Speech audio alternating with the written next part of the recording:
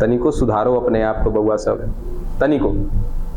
जब पढ़ने बैठते हो, कई बार कहते हैं कि एकांत बैठो पढ़ने। अगर एकांत नहीं मिल रहा है मत पढ़ो ना, काहे का 2-4 घंटा जियान करो, जाके मम्मी लोग के साथ हाथ बटा लो।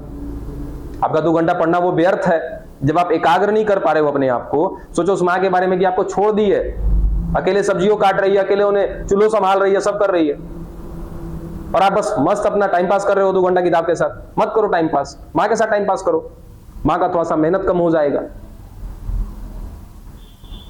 टाइम पास करने के लिए पढ़ते हो, मत करो टाइम पास। आधा घंटा पढ़ो, बढ़िया से पढ़ो, अन्यथा वो आधा घंटा अपने माता पिता को दो ना। अभी सोचते हो इस सब बात को? बस चलिए, सेल डिवीजन टर्न करते हैं अपने आप को। काफी ज्यादा एग्रेसिव हो जाता है मूड। चलिए, ओके सभी लोग, स्माइल, सभी लोग सही है एकदम। बस कभी अगर पढ़ने की इच्छा ना करे तो माँ बाप को दिमाग में रखना, ठीक है? बस डन हो गया। फोकस करते हैं। अब करना क्या था हमको? सेल डिवीजन, कोशिका विभाजन। एकदम माइंड कहीं ना जाए। यहां बोर्ड पे मीन्स बोर्ड पे कहानी समझ में आनी चाहिए। मूवी देखे हो, सीरियल देखते हो, 2-4 को सीरियल देखते होगे, सारा नहीं देखते होगे। सीरियल वही देखते हैं जो मजा आता है, जो समझ में आता है। तो मुंडी ना हिला, तू नहीं देखती, हमको क्या पता है? चाहे मूवी हम लोग देखते हैं, मूवी देखते हैं या कुछ भी देखते हैं, हमको इंटरेस्ट आता है तभी देखते हैं। जो चीज हम देख लेते हैं ना, वो चीज दिमाग में छप जाता है।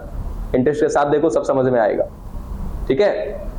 चलिए, अब ध्यान इधर केंद्रित करिएगा, कहीं ध्यान ना जाए ना। देखिए, कोशिका विभाजन। कोशिका विभाजन का मतलब क्या है बाबू? तो सीधा सीधा याद रखना कि एगो कोशिका है, ठीक है? ये कोशिका क्या कर रही है? अपने बच्चे को जन्म दे रही है, सीधा सीधा, ठीक है? ये कोशिका अपने बच्चे को जन्म दे रही है। उसके जन्म देने की प्रक्रिया को ही हमने क्या नाम दे रखा है? विभाजन, कोशिका विभाजन। अब कैसे विभाजन करती है, क्या करती है, वो सीन बाद में देखेंगे। पहले ये बताओ कि चलो ये एक कोशिका, इसने अपने बच्चे को क्या कर दिया? जन्म दे दिया, ठीक है? कैसे? देखो, ये एक कोशिका है, डन। अब अगुणित द्विगुणित की कुछ बात नहीं कर रहे हैं, अभी छोड़ देते हैं वो सब चीज, ठीक है? सीधा सीधा इस कोशिका के पास क्या है? अपना खुद का केंद्रक है। और क्या होगा? इसके अंदर कोशिका द्रव्य होगा। अभी तो 4-5 चीजों के बारे में बात किया है हमने, चलो, ठीक है? और इसके अंदर होंगे कुछ इसके अंग, जिनको हम क्या कहते हैं? कोशिका के अंग या तो कोशिकांग, ठीक है? उनके बारे में भी कोई बात नहीं किया अभी तक, छोड़ देते हैं उनको भी। अभी ये सब कुछ इसमें है। अब फिलहाल कोशिकांग को हटा देते ताकि हम लोग को विभाजन करने में थोड़ी आसानी होगी। कोशिकांग को लेकर आएंगे बाद में हम लोग। चलो, कोशिकांग है इसमें, ठीक ना? अब कोई भी व्यक्ति या कोई भी कोशिका, बशर्ते याद रखना बच्चा कि हमने क्या बोला कि उसने अपने बच्चे को जन्म दिया है। तो जन्म देने के लिए, है ना, जन्म देने के लिए क्या करना पड़ता है? पहले जन्म देने के लायक बनना पड़ता है। बात समझ में आई? कि अगर कोई जन्म दे रहा है तो सबसे पहले उसको जन्म देने के लायक बनना पड़ेगा। यानी कि जैसे अब अपनी बात कर ले कि एक मनुष्य ने अपने बच्चे को जन्म दिया, तो उसका बच्चा जन्म लेते ही जन्म देने के लायक नहीं होगा, कभी नहीं होगा। उसको क्या करना पड़ेगा? पहले जन्म देने के लायक बनना पड़ेगा। इट मीन्स कि उसको कुछ समय बिताना पड़ेगा, है ना? और जो वो समय बिताएगा, उस समय में धीरे धीरे आकार में क्या होता जाएगा? वो बड़ा होता जाएगा। उस चीज को हम एक नाम देते हैं क्या? कि परिपक्व होना पड़ेगा, ठीक है? अब परिपक्व माने क्या होता है? सीधा सीधा तैयार होना पड़ेगा। इस परिपक्व शब्द को इंग्लिश में वर्ड एक यूज करते हैं, मैच्योर। ऐसा मैच्योर होना पड़ेगा, ठीक है? जब वो कोई चीज मैच्योर हो जाएगी, चाहे वो कोई चीज नहीं बोलना चाहिए उसको, कोई जीव कह दे या कोई कोशिका कह दे, अगर वो मैच्योर है, तैयार है, किसके लायक? किस चीज के लिए? जन्म देने के लिए। तभी वो जन्म दे सकती है, अन्यथा नहीं दे सकती। चलो, तो हमने कहा कि ये कोशिका है, ये जन्म देने वाली है, मतलब कि ये क्या है? परिपक्व है। चलो, हमने लिया है एक परिपक्व कोशिका। अब परिपक्व किस संदर्भ में कह रहे हैं? जन्म देने के संदर्भ में। ये क्या करने वाली? अपनी कोशिका को जन्म देने वाली है। और जब कोशिका जन्म देती है तो ये प्रक्रिया क्या कहलाती है? कोशिका विभाजन कहलाती है। बोलो, कोई दिक्कत आ रही है यहां तक? सबको समझ में आ रही है बात? चलो, बहुत खूब। अब हमने कहा कि यहां कोशिका विभाजन जब होता है ना, तो दो प्रकार की प्रक्रिया होती है, ठीक है। सबसे पहला, इसके अंदर जो ये केंद्रक है ना, ये केंद्रक क्या करेगा, अपने आप को बांटेगा। अब ये केंद्रक ही क्यों बढ़ता है, इसके पीछे का भी एक लॉजिक याद रखना कि इस कोशिका के अंदर यदि मैं कहूं कि बहुत सारे अंग हैं, जानते हो सभी लोग, हैं इसके अंदर अंग, ठीक है। इसके अंदर क्या द्रव्य है, चलो, ये बहुत सारे अंग, बहुत सारे द्रव्य मिलकर के कुछ कार्य कर रहे होंगे, ठीक है। पहले दिन में ही देखा था हमने, कल के क्लास में ही देखा था कि कोशिका क्या है, संरचनात्मक और क्या है, कार्यात्मक इकाई है। इसका मतलब इस कोशिका के अंदर क्या है, संरचनाएं तो बहुत सारी हैं, दिख भी रही हैं, और ये कोशिका कार्य भी करती है, ये बात आपको पहले से पता है, ठीक है। अब कोई भी कार्य होता है ना बच्चा, तो बिना किसी निर्देशक के नहीं होता है। आप यदि यहां पढ़ने के लिए आए हो तो बिना अपने माता पिता की अनुमति के नहीं आए, है ना। किसी ना किसी का गाइडलाइन जरूर होगा कि आपको ये काम करना है, तभी आप उस काम को करते हो, अन्यथा उस काम को नहीं करते। मकान भी बना रहे होते हैं तो मकान मालिक का निर्देश होता है कि घर मकान ऐसा बनना चाहिए। जो मजदूर काम कर रहे हो, उस मजदूर को मिस्त्री गाइडलाइन करता है कि आपको ये काम करना है। गाड़ी चल रही है, उस गाड़ी को चला रहे आप रहे हो, तो डायरेक्शन आपका है, ठीक है। उसी तरीके से इस कोशिका के अंदर जो कार्य चल रहा है ना, इस पूरे कार्य का जो देखभाल है, ठीक है, इस पूरे के पूरे कार्य का जो देखभाल है, पता है वो कौन करता है, केंद्रक करता है। इसी कारण से ना एक स्टेटमेंट दिया जाता है, एक लाइन बोली जाती है केंद्रक के रिस्पेक्ट में, केंद्रक जो होता है कोशिका का इकलौता मालिक होता है। बात समझे, काहे, क्योंकि केंद्रक जब चाहेगा तभी ये कोशिका काम करेगी, और केंद्रक जब तक नहीं चाहेगा तब तक ये कोशिका काम नहीं करेगी, ठीक है। तो केंद्रक को कहा जाता है director of the cell, director of the cell, ठीक है। केंद्रक जो होता है कोशिका का मालिक होता है, ठीक है, निर्देशक होता है। डायरेक्टर मतलब क्या होता है, निर्देशक, निर्देश देने वाला, कार्य को कराने वाला, ठीक है।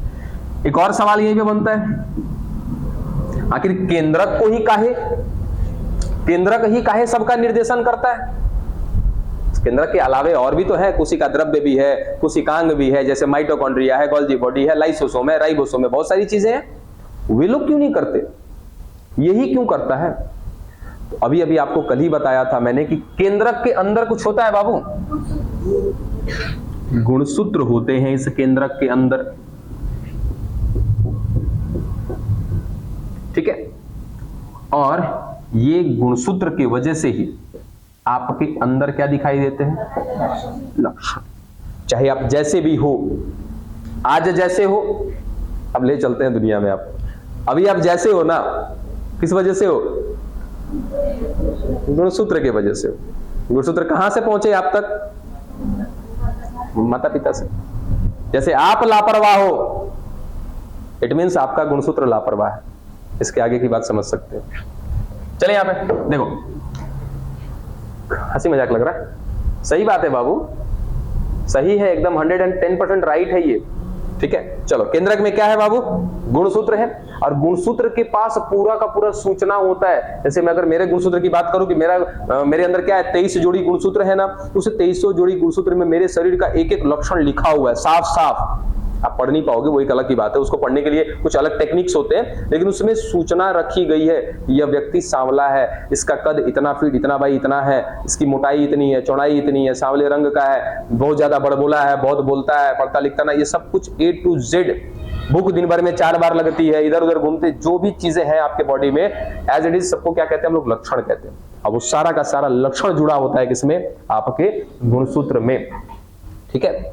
ये सारा का सारा, यानी कि मैं ऐसा कहूं कि जो केंद्रक होता है बाबू, इस केंद्रक को उस जीव के बारे में या उस जीव के गुणसूत्र के बारे में जानकारी होती है, मैं कह सकता हूं क्या, क्यों, क्योंकि इसी केंद्रक के तो अंदर क्या मिल रहे हैं, गुणसूत्र मिल रहे हैं। इसका मतलब कि ये केंद्रक सब जानता है इस कोशिका के बारे में, इस कोशिका के बारे में ही नहीं, ये कोशिका जिस जीव का है। जैसे अगर मेरी कोशिका है, मेरे पास 1 लाख कोशिका है, मैंने उस 1 लाख कोशिका में से एक कोशिका को यहाँ पे बना दिया, ठीक है, देख रहे हैं हम लोग उसको। इस कोशिका के अंदर क्या मिलेगा, 23 जोड़ी गुणसूत्र मिलेगा। इस 23 जोड़ी गुणसूत्र में क्या पता चलेगा, लक्षण पता चलेगा। मतलब कि केंद्रक जो है ना, सब कुछ जानता है। अच्छा, अब ये बताओ कि घर कौन चलाता है, जो सब कुछ जानता है वो, या जो आप कुछ नहीं जानते हो आप?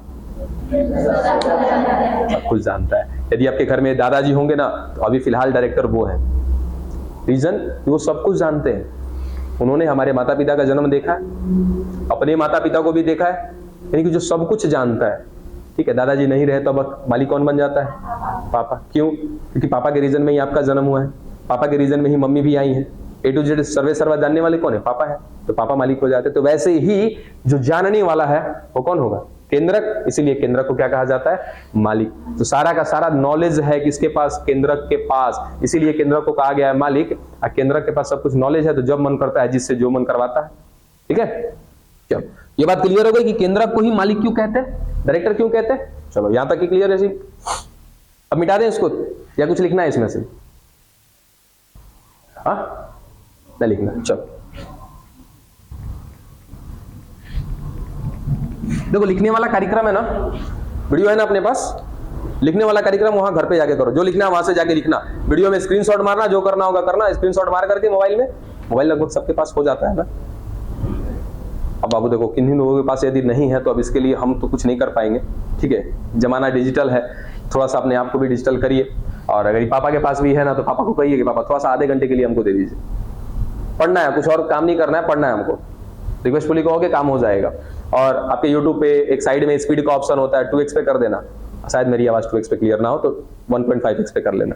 ठीक है, चलो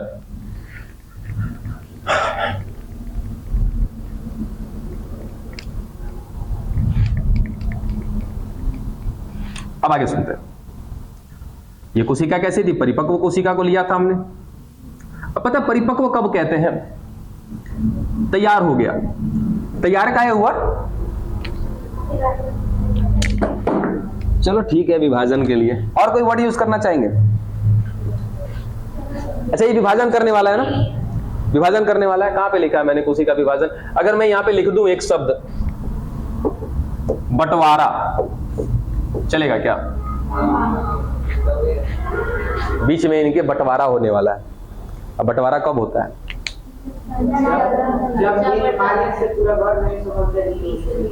बिल्कुल, कि जब एक अकेला मालिक, अब आपके दादाजी, सपोज कोई बुरा नहीं मानेगा इन सब बातों को, ठीक है, मान लिया जाए मेरे घर में अगर मेरे दादाजी हैं, अब मेरे दादाजी के 4 लड़के, यानी कि मेरे पापा और 3 मेरे चाचा, अब चारों में ना बन रही है।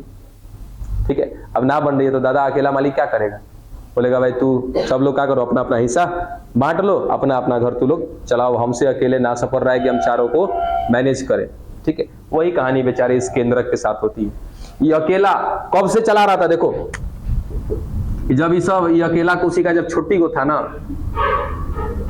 ठीक है, ये अभी जब जन्म लिया था तब जन्म से ही अकेला केंद्रक बेचारा संभालते आया था, इसको संभालते आया था। बीच में कहीं ना कहीं क्या हुआ है, बताया था ना कि भाई जन्म देने के लायक कब बनता है आदमी? जब बीच में आदमी समय बिताता है। तो इसने अपना कुछ जीवन बिताया है, और जीवन बिताया तो इसका आकार क्या हो गया? बड़ा हो गया। आज इस यहां से लेकर के यहां तक इस काम को कौन संभालता आया है? अकेला केंद्रक संभालता आया है ना।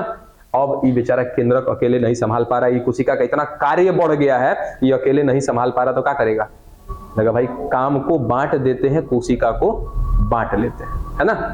तो सबसे पहला तो भाई जब बांटेगा, चलो 2 भाग में बांटेगा कि 4 भाग में बांटेगा, उससे भी कोई लेना देना नहीं है। ठीक है, 2 ही भाग में हम लोग लेके चलते हैं कि 2 भाग में बटेगा, तो दोनों भाग में मालिक जाना चाहिए ना। नहीं तो 2 भाग बना और एक में मालिक रहेगा, एक में मालिक नहीं रहेगा, मतलब कि फिर जिसमें मालिक नहीं है उस कोशिका को फिर कौन चलाएगा? कोई चलाने वाला नहीं रहेगा। तो कुल मिलाजुला कर यहाँ पर मालिक कौन है? एगो। इसी मालिक को पहले 2 भाग करेंगे, है ना। चलो अब इस मालिक को 2 भाग में कर दिया हमने।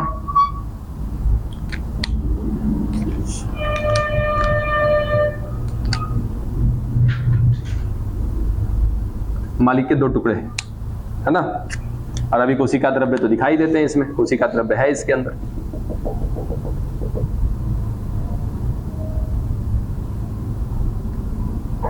चलो हो गया क्या 2 टुकड़े इसके?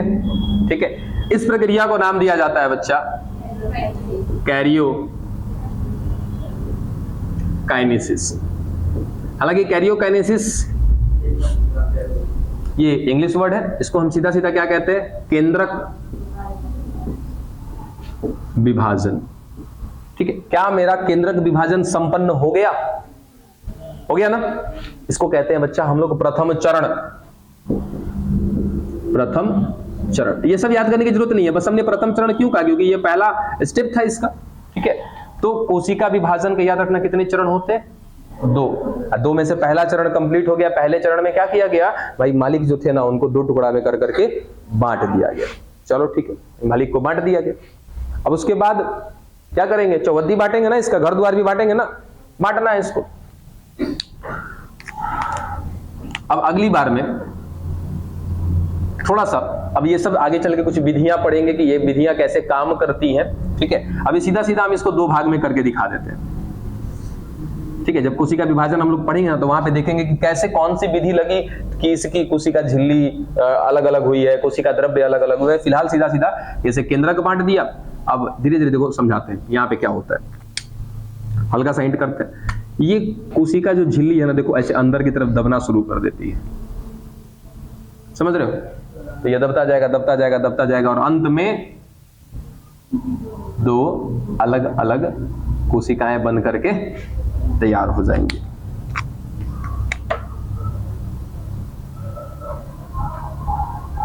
अब वापस कोशिका ने क्या कर लिया, जन्म ले लिया कि नहीं ले लिया? ठीक है, तो अब इनको नाम दिया जाता है पुत्री कोशिका। जन्म किसने दिया? इसने ना। इसको नाम दिया जाएगा क्या? मातृ कोशिका। इंग्लिश में कहते हैं मदर सेल, उनको कहते हैं डॉटर सेल। ठीक है, अब एक लॉजिक यहां भी लगता है, हालांकि ऐसा कोई सवाल आपसे पूछेगा नहीं। लॉजिक ये लगता है कि इनको नाम में पुत्री कोशिका ही क्यों दिया, पुत्र कोशिका क्यों नहीं कहते इनको? तो रीजन, ये भी क्या करेंगे, जन्म देने के लायक बनेंगे। यानी कि जैसे ये हुआ था कि छोटा था, इसने अपना जीवन बिताया, कुछ समय बिताया, आकार में क्या हो गए, बड़ा हो गया। तो बड़ा हो गया तो क्या करने के लायक हो गया भैया, परिपक्व हो गया, जन्म देने के लायक बन गया। ये भी आगे चल के क्या करेगा, जन्म देगा। तो सोचो कि जन्म देने का काम किसी बेटे का होता है कि बेटियों का होता है ना? इसीलिए क्या कहते हैं इसको, पुत्री कोशिका कहते हैं। तो ये था बच्चा क्या आपका दूसरा चरण। ये पहला था और ये क्या है आपका दूसरा चरण। और इस दूसरे चरण को नाम देते हैं बाबू हम लोग साइटोकाइनेसिस।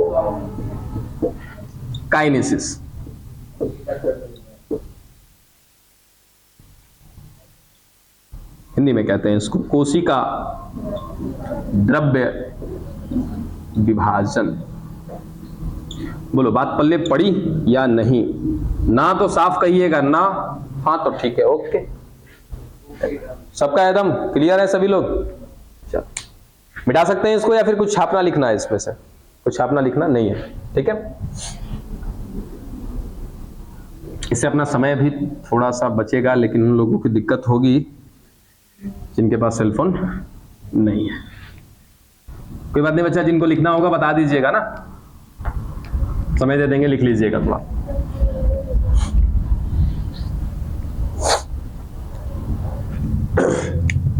अब आगे देखिएगा, पैतृक। पैतृक जैसे पैतृक लक्षण है, क्या है उसके शब्द के साथ क्या जुड़ा हुआ है? संतति कोशिकाओं में इनकी पैतृक कोशिकाओं वाला जीनोम। हाँ आ गया ना, ये जीनोम। जीनोम क्या होता है? ये पूरा जो जीन जा रहा है ना, ठीक है, ये वर्ड क्लियर करेंगे हम लोग सेकेंड ईयर में है वो। अब ये मत कहना कि सर हर चीज को सेकेंड ईयर में क्यों कहते हैं, अभी आपको बता रहे हैं, लेकिन इसको पढ़ेंगे बढ़िया से, पढ़ेंगे कहाँ पे, सेकेंड ईयर में। और उसको नाम दिया जाता है ह्यूमन जीनोम प्रोजेक्ट। बहुत ही बड़ा प्रोजेक्ट है ये, बहुत ही बड़ा मेगा प्रोजेक्ट, इसको मेगा प्रोजेक्ट के नाम से जाना जाता है। अब इसमें लाइन में क्या समझाया जा रहा है कि जो एक पुत्री कोशिका है वो किससे बनी है? मातृ कोशिका से। अरे ठहरो, ठीक है। तो अब कहीं ना कहीं वो अपने पैतृक लक्षण को लेकर के आती है। अच्छा देखो ये बताओ, नॉर्मली आप कहीं भी जाते हो, अपने आप को आप माँ के नाम से कम इंट्रोड्यूस कराते हो, पिता के नाम से ज्यादा इंट्रोड्यूस कराते हो? वो अलग की बात है, ठीक है, लेकिन नॉर्मली हम लोग किससे ज्यादा इंट्रोड्यूस कराते हैं? पापा के नाम से, ठीक है। तो लक्षण जो आ रहे हैं ना, उसको इसलिए पैतृक लक्षण कह देते हैं, वो एक अलग की बात है, ठीक है। तो वो क्या है कि अपने पहले वाली कोशिका से नई कोशिका जो बनी है, इसके अंदर जो लक्षण है वो कैसे? पैतृक लक्षण। असल यानी कि पुराने जो वंश थी इनकी, उससे आए हुए लक्षण है, उसको क्या कहते हैं? पैतृक लक्षण या पैतृक जीनोम से आए हुए लक्षण, ठीक है यहां तक। अब आगे थोड़ा सा ध्यान दो बाबू। अब स्पेशली पहले हम कोशिका को बाहर से देख लेते हैं, उसके बाद हम लोग विभाजन की तरफ आगे बढ़ते हैं। ये हमारी एक कोशिका, एक और कोशिका, एक को कह देते हैं बाबू कि ये जंतु की कोशिका, थोड़ा सा और हम लोग क्लियर कर लें कोशिका में, और एक को कह देते हैं पादप की कोशिका। ठीक है, जंतु माने किसी जीव जानवर की है, ठीक है, और पादप माने किसी पेड़ पौधे की कोशिका। ठीक है, अब इन दोनों में क्या क्या अंतर होगा वो जरा आप खुद से आइडेंटिफाई करिएगा। देखो यहां पर बनाया हमने केंद्रक, यहां भी बना दिया। तो केंद्रक इस बात का प्रमाण देता है कि ये दोनों की दोनों कोशिकाएं कैसी हैं, यूकैरियोटिक की प्रोकैरियोटिक। आप बच्चा श्योर है, आप गलती जवाब दे रहे थे और मैं आपको टारगेट करके उसी समय गलत से, आपने गलत से शुरू किया था, मैं गलत पे ही चल रहा था। आपने केंद्रक को एब्सेंट किया था किसमें, यूकैरियोटिक में, याद है, जबकि केंद्रक नहीं होता है किसमें, प्रोकैरियोटिक। ठीक है, ध्यान रखिएगा इस बात का। अब हमने बाबू दोनों के दोनों पिक्चर में बना दिया केंद्रक, मतलब कि दोनों के दोनों कैसे हैं, यूकैरियोटिक। ठीक है, अब इसके साथ साथ कोशिका द्रव्य बना लेते हैं, इसमें भी दिखा देते हैं कि भाई साहब इसमें भी क्या मिल रहा है, कोशिका द्रव्य मिल रहा है। कुछ कोशिकांग भी दिखा देते हैं, चलो इसमें कुछ कोशिकांग दिखा दिया।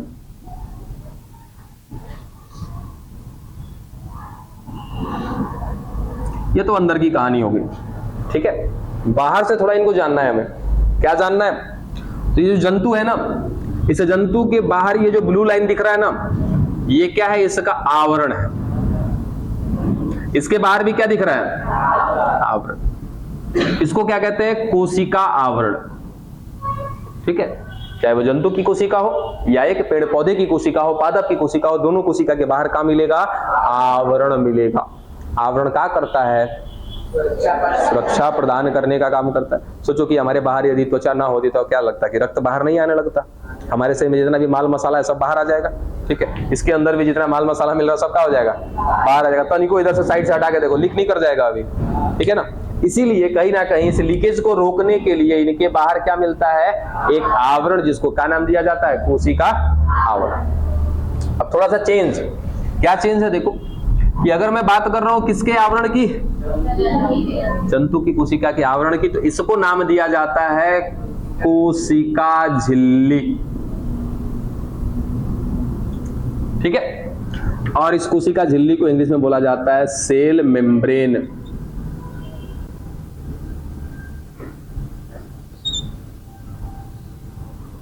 ठीक है, क्लियर है यहां तक कि भाई जंतु की कोशिका के बाहर एक आवरण मिल रहा है, वो क्या नाम दिया हमने, कोशिका झिल्ली। और याद रखना ये कैसी होती है, बहुत ही ज्यादा पतली,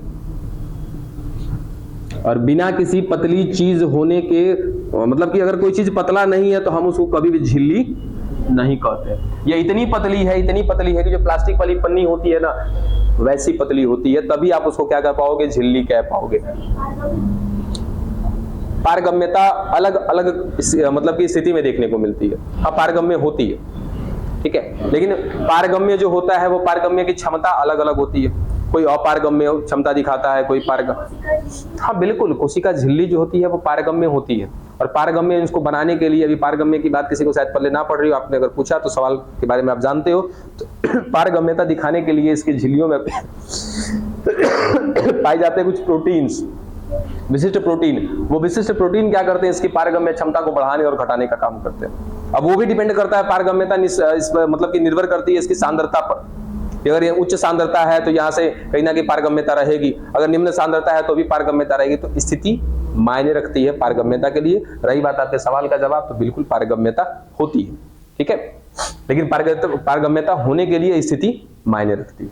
ठीक है, चलो ठीक, वैसा है कि नल में से पानी आता है, नल में से पानी लीक करता है, आप कहोगे ना सर लीक ना करता है, लेकिन खोल दे तो लीक करने लगेगा। तो वो स्थिति है, एक हमने खोल दिया तो लीक करने लगा, बंद रखा है तो नहीं लीक कर रहा है, बस वही चीज है। पारगम्यता का मतलब होता है इसके आर पार जाना। ठीक है, आएगा वो भी चीज आएगा हम लोग का। तो यहां तक की बात क्लियर है कि जंतु की कोशिका के बाहर क्या मिल रहा है, वो प्रोटेक्टिव लेयर मिल रहा है, एक आवरण मिल रहा है, जिसको नाम दिया हमने कहा कोशिका झिल्ली सेल मेम्ब्रेन। इसके बाहर भी श्रीमान हमने ब्लू ब्लू बनाया ना, ये भी है सेल मेम्ब्रेन, ये भी कोशिका झिल्ली है। अभी तक कोई अंतर है नहीं। ठीक है, लेकिन अंतर ऊपर वाले ने बना के भेजा है। ठीक है, आपको पता है ये एक जंतु की है कोशिका, जैसे कि हमारी कोशिका भी जंतु में गिनती होती है ना, एनिमलिया में कहीं ना कहीं हम लोग आते हैं, एनिमलिया संघ में। चलो आगे, अब ये जो है क्या है, जंतु की कोशिका है। मान लिया जाए कि हमारी कोशिका है। अभी सब लोग जैकेट स्वेटर पहन के टाइट है, रीजन सोचने समझने की बुद्धि भी है, हम लोग मोटाइल हैं, गतिशील हैं, चल फिर सकते हैं, पैसा कमाते हैं, जो जरूरत पड़ेगी अपनी जरूरत को पूरा कर ले। ठंड लगेगी तो तुरंत स्वेटर पहन लेंगे, गर्मी लगी तो सब कुछ उतार के हो गया, ठीक है। मेंटेन करना है बस, किसी तरीके से हम लोग मेंटेन कर लेगा ये जंतु वाला कोशिका। इसीलिए इसके बाहर खाली एक आवरण दिया गया है जिसका नाम है कोशिका झिल्ली। अभी किसका है कोशिका? पादप का। अब सोचो कि ठंड लग रहा होगा तो सारा पेड़ कहीं ना कहीं रजाई में जाके सोया होगा? नहीं, वो जहां है, जहां खड़ा है वहीं खड़ा है, बात समझे? वहां से हिलने डुलने वाला वो नहीं है। और भगवान का दिया इनके पास एक और प्रोटेक्टिव लेयर है जो इनकी कोशिका झिल्ली के ऊपर पाया जाता है।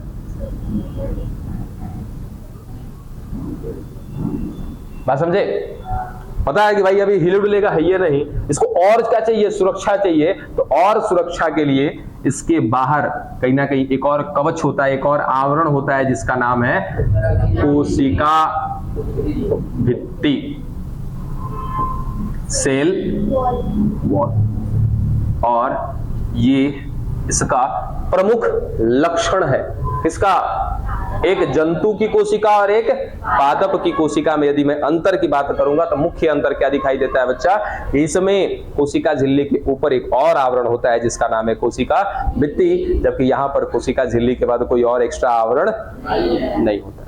ठीक है, ये दो प्रकार की कोशिकाएं समझ में आ गई हमको। ये दोनों की दोनों कैसी हैं? यूकैरियोटिक है। ये बात हमको कौन साबित कर रहा है? केंद्रक, उस केंद्रक के बाद और कौन है? कोशिकांग है सारे के सारे। तो ये क्लियर है कि कैसे है? Eukaryotic cell. यहां तक की बात एकदम क्लियर है। चलो, समय है अपने पास अभी? चलिए, तो यहां तक की बातें एकदम क्लियर है। कल शुरू करेंगे हम लोग कोशिका विभाजन के चरण।